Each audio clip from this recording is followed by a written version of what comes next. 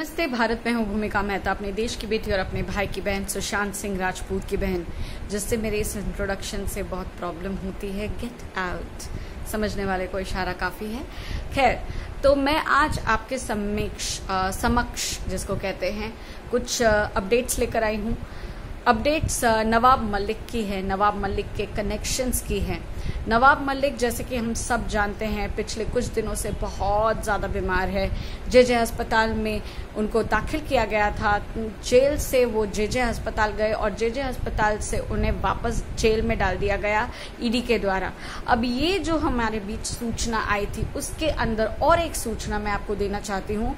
जब JJ hospital से saline चढ़ रही थी और अचानक से ईडी के कहने पर सलाइन के चढ़ने के बीचों बीच नवाब मलिक को उठाकर वापस से जेल भेज दिया जाता है, तब नवाब मलिक बहुत ही ज़्यादा गुस्से में रहता है और उसने खाना पीना बंद कर दिया। बहुत चिल्लाया, बहुत तकलीफ में था और उसका ये कहना है, उसने कोर्ट के समक्ष एक अपील करी और उसमें उसने कहा कि ईडी चाल चल रहा है, ईडी शायद मुझे ख़त्म करना चाहता है, ईडी शायद मुझे जेल में मार देगा या फिर जेल के बाहर जेजे अस्पताल हो या प्राइवेट अस्पताल हो, मुझे जाने ही नहीं दिया जा रहा है, जिसकी वजह से मेरी तबीयत और ज़्यादा बिगड़ रही है और अब मेरी जान पे आ रही है। और मुझे पूरा भरोसा हो चुका है इस बात पे कि ईडी मुझे मार सकती है। यानी कि नवाब मलिक ने ये कहा है कि ईडी पूरी तरह से शामिल है और पूरी तरह से कोशिशें जारी कर रही है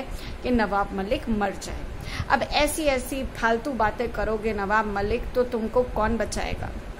ईडी ने क्या किया, क्या नहीं किया, क्यों किया, ये सारी दुनिया के सामने है। और जहाँ तक हमें ये पता है, मेरे सूत्रों के हवाले से ये भी पता चला है कि नवाब मलिक को कोई बीच रास्ते सलाइन चढ़ाते चढ़ाते उठा नहीं लिया गया था। उसकी रिपोर्ट्स मंगवाई गई थी और रिपोर्ट्स में सब कुछ नॉर्मल आया था, जिसकी वजह से उसको वापस से जेल के अंदर डाल दिया गया। उसे मारने की कोई साजिश नहीं कर रहा है ईडी। ये सब बकवास बातें सुनाकर वो शायद ये समझ रहा है कि उसकी जो याचिका है, इंतरिम याचिका, वो मंजूर हो जाएगी। तो हमें तो ये पता चल ही गया है कि पीएमएलए कोर्ट ने उसकी जो सज़ा है, जो अभी कुछ दिन और बढ़ा दी है, 20 मई तक उसको वापस से वही जेल के अंदर रहना पड़ेगा। यस, अर्थर रोड की उसी जेल के अंदर उसे रहना पड़ेगा, जिसके लिए वो बहुत सारी याचिका दे चुका है और बहुत सारी शर्तें रख चुका है। उसका कहना है हाइजीन नहीं है, मेडिसिन नहीं है, फलाना ढिमका। उसे बहुत सारी तकलीफें हो रही है और इतनी तकलीफें हो रही है कि अब उसे जान पे आ सकती है। और वो चिल्ला चिल्ला के ये दावा कर रहा है कि इस जेल के अंदर और ईडी के द्वारा चाल चली जा रही है मुझे ख़त्म करने की। भाई साहब, आप कौन हो? आप कौन हो? आप मंत्री शंत्री जो भी थे, पिछले 2.5 महीनों से आप जेल के अंदर रहने वाले एक मुजरिम हो, भ्रष्टाचारी मंत्री हो, और क्यों ना हो। आप जिनके साथ काम करते हैं, यानी कि उद्धव ठाकरे, जो आपके लिए चैलेंज करके बैठा हुआ था। तो उद्धव ठाकरे, आपका चैलेंज का कुछ याद है आपको? आपने चैलेंज किया था कि नवाब मलिक की रिपोर्ट्स लेके आइए, अगर नवाब मलिक का रिपोर्ट्स सब नॉर्मल हुआ तो हम उसे खुद मंत्री की पद से हटा देंगे।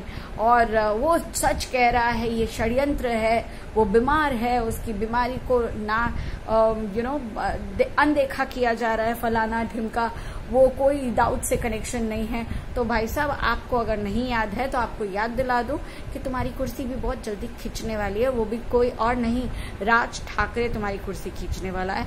मुझे बहुत खुशी लग रही है ये बात में, बहुत अच्छा लग रहा है। राज ठाकरे 10 तारीख को कहाँ जाने वाले हैं? अयोध्या जाने वाले हैं, जिसके ठीक 5 दिन बाद, यानी कि 5 तारीख को आदित्य ठाकरे भी अयोध्या भागने वाला है अपने ताऊजी के साथ। क्यों? क्योंकि यहाँ पर उसे तकलीफ हो रही है, उसे ये चीज की जरूरत है कि अब मुझे कुर्सी चाहिए। मेरा बाप ज्यादा बूढ़ा हो चुका है, लेकिन अब बुढ़ापे की लाठी मैं बनूंगा। अब मेरे ताऊजी को नहीं, मैं आगे बढ़ूंगा और मैं सारा काम करूंगा। तो तू भ्रष्टाचारी बाप का भ्रष्टाचारी बेटा है। तो और क्या करेगा। बहरहाल मैं जो आपको और एक अपडेट देना चाहती हूँ वो ये है कि दाऊद के वहां से एक खबर आ रही है। डरिएगा मत, क्योंकि ये बेफिजूली की खबर है, ठीक है। ये सब डराने के अतरंगे हैं, जिसको बोलते हैं कि डराने के लिए बहुत कुछ किया जाता है। और अभी समा ऐसा बंधा हुआ है कि अपनी धाक बचाने के लिए इब्राहिम दाऊद भी अपनी गुष्टी के साथ आना चाह रहा है। तो एक धमकी भरी वादी चल रही है जिसमें कहा जा रहा है कि बहुतों को नुकसान हो सकता है, पॉलिटिशियंस को नुकसान हो सकता है, जागीर वाले बड़े बड़े लोगों को जो बहुत ही ज्यादा करोड़पति अरबोपति है उनको नुकसान हो सकता है, ऐसी हिस्टोरिकल प्लेसेस में नुकसान हो सकता है। और ये नुकसान बॉम्ब ब्लास्ट से हो सकता है, टेररिस्ट अटैक से हो सकता है, बहुत कुछ हो सकता है। ऐसी अफवाहें फैला रहा है इब्राहिम दाऊद खुद। अब दाऊद कहाँ है वो तो राम ही जाने, बट उसके नाम पर लोग क्या क्या नहीं करते हैं। ये तमाशे जो है इब्राहिम दाऊद के नाम पर कौन कौन क्या क्या कर रहा है, क्यों कर रहा है, इसमें कितनी राजनीतिकता है, कितना डरा कर हमें दबाने की सूझबूझ रखते हैं ये कुत्ते कमीने जो भी है, राज ठाकरे और उसके अल्टन पलटन। क्या कर लोगे आप लोग हम जनता को डरा कर? क्या सोचते हो आप डरा पाओगे? हम वही जनता है जो आपको नाक रगड़वाने पे पूरी तुली हुई है। और जल्द ही ऐसा दिन आएगा जब आपको सब कुछ साफ साफ दिखने लगेगा, आपके पेंगुइन को सलाखों के पीछे भेज दिया जाएगा। खैर, नवाब मलिक का जो कनेक्शंस है हसीना पारकर यानी कि दाऊद की बहन के साथ, ये सब कुछ हमें पता चल गया है। और क्या आप लोगों को पता है ये टेररिस्ट को इतना सारा फंड कहाँ से मिलता है? ये नवाब मलिक टाइप, फिर ये क्या कहते हैं सचिन वाजे, इन सब के जो काम धंधे हैं ना वो दाऊद से कनेक्टेड कैसे है?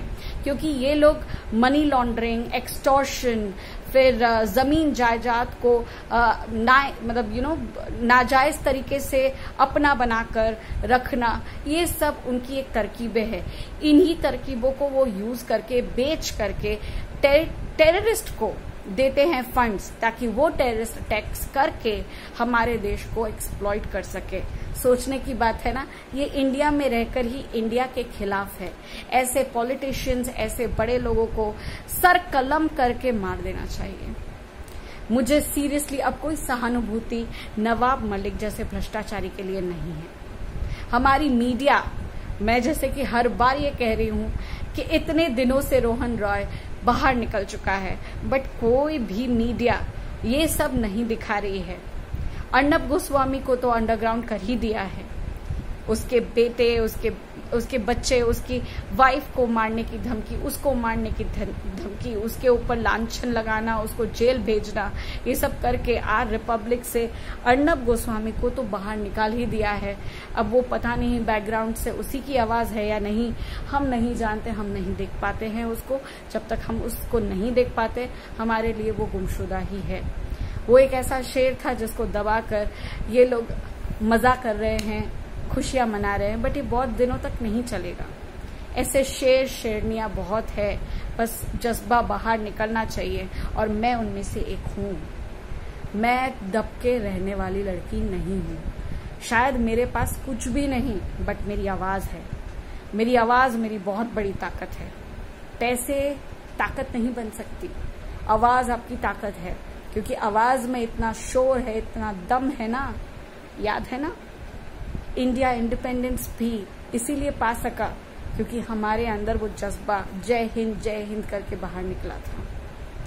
हम उसी भारत के लोग हैं, बस हम भटक चुके हैं। चाहे तो रास्ते पे आ सकते हैं और इन सारे भ्रष्टाचारियों को रास्ता दिखा सकते हैं। ये हम पे है। सुशांत सिंह राजपूत के ऊपर ऐसी मनगढ़ंत कहानियां हो रही है कि राहुल महाजन की पार्टी में सुशांत सिंह राजपूत को देखा गया। ऐसी फालतू की बातें करना विभोर के लायक है, और विभोर के चट्टे पट्टे आज कहाँ है? विभोर मार खा के पड़ा है ना। Sushant Singh Rajput is alive, Sushant Singh Rajput is alive, ये सारी मनगढ़ंत कहानियां बना कर इमोशंस के साथ खेलते हैं ये लोग। हम बेवकूफ़ नहीं बनेंगे। हाँ, सुशांत है हमारे दिलो दिमाग में बसा हुआ है, बट उसे जस्टिस दिलाना है, ये मत भूलिए। दिशा सलियान के केस को भी हम एक दिशा दे सकते हैं, लेकिन सीबीआई, हमारे पीएम मोदी सब इतने लाचार हैं ना कि वो सामने बैठे रोहन राय के साथ बात तक नहीं कर सकते। Shame on you PM Modi, shame on you PM Modi, shame on you. स्वर्ण भारत बनाओगे, खोखला होगा, क्योंकि आपके स्वर्ण भारत में कोई इंसाफ नहीं होता। आपकी नाक के नीचे रोहन राय जैसे अपराधी घूम रहे हैं, रिया चक्रवर्ती जैसे अपराधी घूम रहे हैं, लेकिन आप कुछ नहीं कर रहे हो, जानबूझकर कुछ नहीं कर रहे हो, बस वोट मांगने के लिए, भीख मांगने के लिए आ जाते हो और कुछ नहीं। शहनाज गिल ने बहुत अच्छी अच्छी बातें करी है ब्रह्म कुमारी में, देखने जैसी है उसकी स्पीच, सुनने जैसी है उसकी स्पीच, जहां आकर ही उसने सबसे पहले कहा कि मैं कौन हूं, मैं एक आत्मा हूं। अगर मैं एक आत्मा हूं तो मैं आपको जानती हूँ, आप मुझे जानते हैं। बहुत अच्छी बातें करी उसने, चाइल्ड इन्फेंटिसाइड और चाइल्ड एम्पावरमेंट के बारे में बहुत अच्छा लगा। उसने अपने बचपन की बातें करी, उसकी दादी, उसके माँ बाप की बातें करी कि कैसे ज़रा भी भेदभाव नहीं होते उसके घर में, ऐसा ही करना चाहिए हमें भी। बहुत सारी बातें हो चुकी है, अब आप पर है, आप क्या करना चाहते हो। नवाब मलिक 20 मई के पहले कितना चिल्लाता है, गरजता है, और उससे किस तरह से डी कंपनी बचाती है, अब देखना है। डी कंपनी और नवाब मलिक के कितने कनेक्शंस हैं हम सब जानते हैं, तो नवाब मलिक को सजा मिलनी चाहिए। सर्जरी करवानी है, करवा ले, उसके तुरंत बाद तुझे खींच के वापस से जेल में लाएंगे। इंसाफ जरूर होगा। We want justice and we will get justice and we are getting justice slowly slowly, and there will be one day जब हमारे भाई सुशांत सिंह राजपूत और दिशा को भी जस्टिस मिलेगा।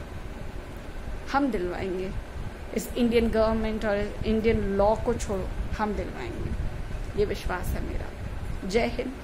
आप अगर मुझसे जुड़ना चाहते हैं, साथ देना चाहते हैं, तो सब्सक्राइब कर दीजिए, वरना आपकी मर्जी है, आप जाने।